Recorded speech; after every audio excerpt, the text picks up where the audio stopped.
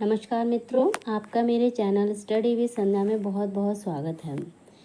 मित्रों, आज मैं पुनः आपके लिए आचार्य मम्मट का जो काव्य प्रकाश है वो लेकर आई हूँ। इससे पहले मैंने काव्य प्रकाश के संबंध में संक्षिप्त जानकारी दे दी थी कि इसमें कितने उल्लास होते हैं और उन उल्लासों की विषय वस्तु क्या है। और अब आज मैं मंगलाचरण से शुरू कर रही हूँ। तो चलिए शुरू करते हैं काव्य प्रकाश का मंगलाचरण।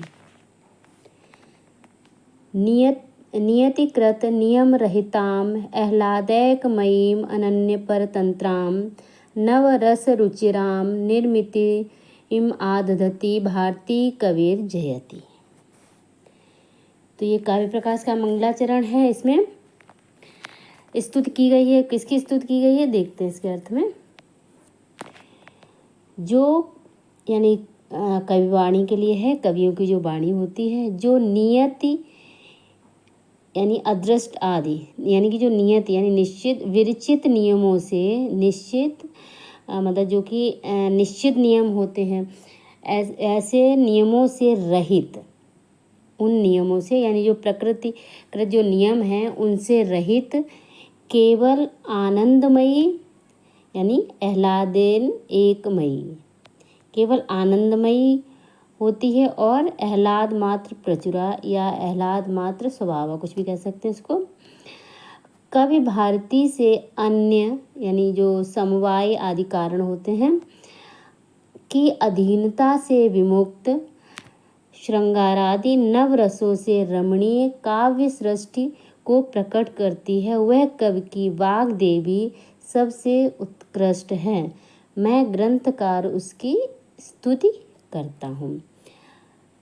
तो किसकी स्तुति की गई है? वाणी की देवी कौन है? सरस्वती। तो यहाँ वाणी की देवी सरस्वती की स्तुति की गई है कि कवियों की जो वाणी है वो कैसी होती है? वो जो निश्चित नियम होते हैं, नियत कृत नियम रहित उससे सबसे रहित होती है। किसी भी बंधन से बंधी हुई कवि की वाणी नहीं होती है। कवि की वाणी से क्या होता है? केवल एक आनंद की प्राप्ति होती है और वो भी कोई भी समवाय इत्यादि कारणों से परे होती है। किसी की भी अधीनता स्वीकार नहीं करती है जो कवि की वाणी होती है। कवि की वाणी में श्रृंगार आदि नवरसों का जो नवरस हैं तो वो होते हैं और इससे काव्य की सृष्टि होती है। तो ऐसी कवि की वाग्देवी, कवि की जो वाणी है यानी कि जो सरस्वती, कवि की वाणी क्या है? सरस्वती। तो कवि की वाणी की स्तुति करता हूँ। आगे देखें। मंगलाचरण की इस कारिका में कवि वांग निर्मित अर्थात काव्य को विधाता की सृष्टि से उत्कृष्ट दिखाया गया है। ठीक है, जो कवि की वाणी है इसमें क्या बताया गया है कि वो विधाता की सृष्टि से भी उत्कृष्ट है। वो किसी भी नियम से बंधी हुई नहीं है। इस उत्कृष्टता के 4 हेतु हैं। 4 हेतु हैं यानी कि इसके 4 कारण हैं। कौन कौन से? जो इसमें अभी मंगलाचरण में बताए गए थे। नियतिकृत नियम रहिता यानी कवि की वाणी कैसी है? कविकृत नियतिकृत नियमों से रहित है। जो विधाता के जो नियम बनाए गए हैं उन सब से परे है, वो उनसे रहित है। यह उसकी प्रथम विलक्षणता है।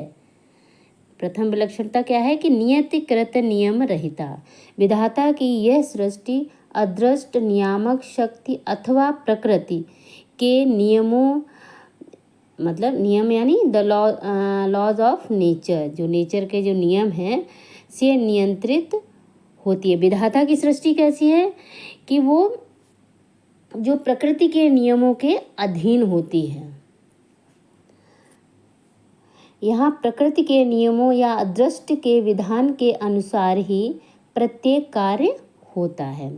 जैसे पुष्पों में सुगंध होती है या धार्मिक विश्वासों के अनुसार इस शरीर को त्याग कर ही स्वर्ग प्राप्ति होती है। ये निश्चित है। कहा गया कि पुष्प है तो उनमें पुष्पों में सुगंध होगी, सुगंध पुष्पों में होगी। और जो धार्मिक विश्वासों के अनुसार जो जब ये शरीर त्याग देते हैं, जब आत्मा इस शरीर से निकल जाती है तो स्वर्ग की प्राप्ति होती है। ये स्वर्ग या नरक की जो भी प्राप्ति होती है ये निश्चित होता है, किंतु काव्य जगत की सृष्टि इससे विलक्षण है। लेकिन जो काव्य जगत की सृष्टि है वो इससे विलक्षण है, इससे बिल्कुल अलग है। यह नियति के अटल नियमों से बंधी हुई नहीं है। यहाँ कार्य कारण भाव का कठोर नियंत्रण नहीं है। यहाँ ऐसा नहीं है कि ऐसा होगा तभी ऐसा होगा। कवि की जो वाणी है, कवि कुछ भी कर सकता है। यहाँ तो मुख में भी सौरभ हो सकता है, यश भी सौरभ का रूप धारण कर सकता है। सुरभि यशा अथवा यशा सौरभ। जैसे अब ये इसी का उदाहरण लेते हैं। जैसे जो शरीर त्याग करने के पश्चात ही स्वर्ग की प्राप्ति होती है, ऐसा विधाता का नियम है। किंतु कभी क्या है, कभी तो कहो सा शरीर ही स्वर्ग पहुंचा दे। जैसे आपने इसमें भी देखा विज्ञान शाकुंतलम में इंद्र के बुलावे पर स्वर्ग में गए थे महाराज दुष्यंत। तो कवियों के इस अनूठे संसार में इसी शरीर से स्वर्ग प्राप्ति भी संभव है। कवियों का संसार ऐसा होता है कि हम सशरीर भी स्वर्ग की प्राप्ति कर सकते हैं। स्वर्ग प्राप्ति रे नैव देहेन वर वर्णिनी। तो कहा भी है, अपारे काव्य संसारे कविरेव प्रजापति यथास्मै रोचते विश्वम तथैव परिवर्तते। अतएव कविकृति नियतिकृत नियमों से रहित है, नियतिकृत नियम रहिता है। यानी कि जो विधाता के बनाए हुए नियम हैं, प्राकृतिक नियम हैं, उनसे रहित होती है।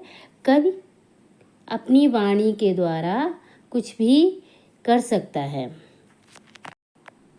अब प्रकृति के नियमों से रहित है कवि की जो कृति होती है। और दूसरा क्या है, आह्लादकमयी। कवि की कृति कैसी होती है, कवि कृति केवल आनंदमयी होती है। कवि की जो कृति होती है, जो रचना होती है, उससे केवल आनंद ही प्राप्त होता है, सुख दुख मोहात्मक नहीं है। संसार कैसा है, सुख दुख मोहात्मक है। विधाता ने बनाया है कि सुख दुख ये सब आते जाते रहते हैं, लेकिन जो कवि की कृति है, कवि ने चाहा है कि मेरी कृति में सिर्फ आनंद हो, सुखांत हो, तो वही होगा। विधाता की सृष्टि सुख दुख मोहात्मक प्रकृति की विकृति है, अतः वह सुख दुख मोह रूप है। कवि की विलक्षण रचना में दुख और मोह का तो लेस भी नहीं है।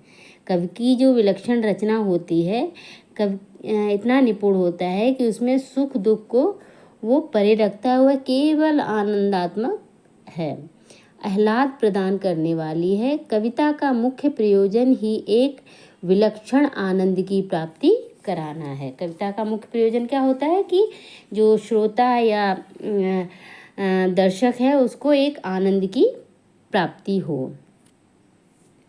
यद्यपि काव्य में शोक भय तथा जुगुप्सा आदि प्रतिकूल मनोभावों का वर्णन भी किया जाता है कि नवरस हैं तो उसके जो स्थायी भाव होते हैं, शोक भय जुगुप्सा इत्यादि मनोभाव आते रहते हैं, तथापि काव्य की इस तपोभूमि में आकर विविध विरोधी भाव भी रसात्मक हो जाते हैं। वे करुण भयानक और बीभत्स आदि रसों के रूप में परिणित होकर विलक्षण आनंद का आस्वादन कराते हैं। इन सब स्थायी भावों के होते हुए भी जो रस हैं वो क्या करते हैं, एक विलक्षण आनंद की प्राप्ति कराते हैं। अतएव आचार्य मम्मट ने कवि सृष्टि को आह्लादकमयी, केवल आनंदात्मक अथवा आनंद प्रचुरा बतलाया है। अब तीसरा देखते हैं, तीसरा लक्षण क्या है इसमें, अनन्य परतंत्रा। यानी कि जो कवि की कृति होती है अन्य कारणों के अधीन नहीं होती है।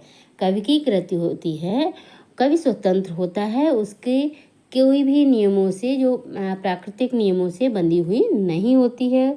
कवि की कृति स्वतंत्र होती है। विधाता की सृष्टि समवाय असमवाय तथा निमित्त 3 प्रकार के कारणों के अधीन है। जो विधाता की सृष्टि है वो कैसी, समवाय, समवाय और निमित्त, इन 3 कारणों के अधीन होती है। किंतु कवि की सृष्टि इससे विलक्षण है। वह किसी बाह्य साधन की अपेक्षा नहीं रखती है। वह तो कवि की स्वतंत्र आनंद वृत्ति का प्रोद्भास मात्र है, प्रतिभा का प्रोच्छालन मात्र है। आनंदोच्छलितः शक्ति सृजत्यात्मात्मनः। कवि प्रतिभा, निपुणता और अभ्यास से ये ही काव्य स्फुरण के एकमात्र हेतु हैं। यानी कि कहने का तात्पर्य है कि जो कवि की रचना है, कवि की जो कृति है, वो किसी के अधीन नहीं है। वह शब्द और अर्थ आदि के अधीन नहीं, अपितु शब्दादि ही कवि प्रतिभा का अनुसरण करते हैं। कवि की प्रतिभा ऐसी होती है कि शब्द अर्थ, उस जो कवि ने कह दिया शब्द अर्थ, उसका अनुसरण करने लगते हैं। अतएव कवि वाक अनन्य परतंत्रा है। जैसा कि प्रदीपकार ने कहा है, कवे तत् प्रतिभायाश्च अन्यो या आत्मना परः तदा यत्व तत्वरहिता इति। आगे देखें। अब चौथा लक्षण क्या है इसका, कवि कृति का, नव रस रुचिरा। कैसी है ये, नव रस रुचिरा, यानी कि 9 रसों से युक्त है। कवि कृति 9 रसों से मनोहर है। कवि की कृति में कितने रस होते हैं, 9 रस होते हैं। और विधाता की सृष्टि में 6 रस हैं। कौन कौन से, मधुर, अम्ल, कटु, कषाय, लवण और तिक्त। ये 6 रस सर्वदा मनोरम ही नहीं होते हैं। ये जो विधाता की सृष्टि के जो 6 रस हैं, मधुर, अम्ल, कटु, कषाय, लवण और तिक्त, ये हमेशा मनोहर ही नहीं होते हैं, हमेशा रुचिकर ही नहीं होते, क्योंकि कटु रस प्रतिकूल भी होता है तथा मधुर आदि भी सदा अनुकूल एवं रुचिकर नहीं हुआ करते हैं। अतएव ब्रह्मा की सृष्टि इन रसों द्वारा सर्वथा मनोरम ही नहीं होती है। जो ब्रह्मा की सृष्टि है, इन 6 रसों के द्वारा हमेशा रुचिकर या मनोरम ही नहीं होती है। कवि कृति इससे विलक्षण है, लेकिन जो कवि की कृति है इससे अलग है बिल्कुल। कैसी है, प्रथम तो कवि कृति में श्रृंगार, वीर, करुण आदि 9 रस होते हैं। कवि की कृति में कितने रस होते हैं, 9 रस होते हैं। द्वितीय, वे सभी रस सदा रुचिर एवं आनंदप्रद हुआ करते हैं। जो कवि के जो 9 रस हैं वो हमेशा आनंद ही प्रदान करते हैं। काव्य जगत में रस का अभिप्राय ही है एक विलक्षण आनंद। इसका रसों का अभिप्राय क्या बताया उन्होंने, एक विलक्षण आनंद, एक विलक्षण आनंद की प्राप्ति। यह भी ध्यान रखने योग्य है कि वस्तुतः सहृदयों में ही रस की अनुभूति होती है, लेकिन वो उस रस की अनुभूति कौन कर सकता है, जो सहृदय हो। कवि कृति में रस नहीं रहते, रचना में रस नहीं होते हैं, रस पढ़ने वाले या सुनने वाले के हृदय में होते हैं। यह तो केवल किसी स्थायी भाव को व्यक्त करने वाले विभाव आदि का वर्णन करके सहृदयों को रस का आस्वादन कराते। जो कवि की कृति होती है वो जो सहृदयों के अंदर जो स्थायी भाव इत्यादि होते हैं उनसे वो उसका आस्वादन कराती है। अतः कवि कृति को नव रस रुचिरा कहना औपचारिक ही है।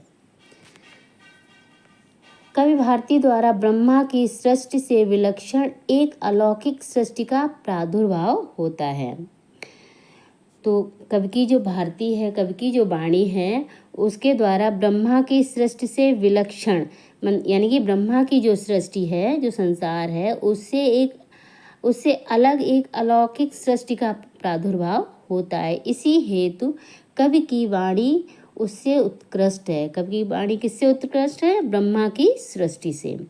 अतएव आचार्य मम्मट काव्य प्रकाश के आरंभ में उसको प्रणाम करते हैं, वाणी को प्रणाम करते हैं, क्योंकि कवि की जो वाणी है, कवि की वाणी को प्रणाम करते हैं। कवि की वाणी है वो ब्रह्मा की सृष्टि से भी उत्तम है। तो इस तरह ये मंगलाचरण मैंने आज आपको समझाया। अब आगे मैं आपको काव्य के हेतु, लक्षण इत्यादि बताऊंगी। तो यदि आज का वीडियो आपको पसंद आए तो कृपया लाइक करें, शेयर करें और मेरे चैनल को सब्सक्राइब करें। धन्यवाद।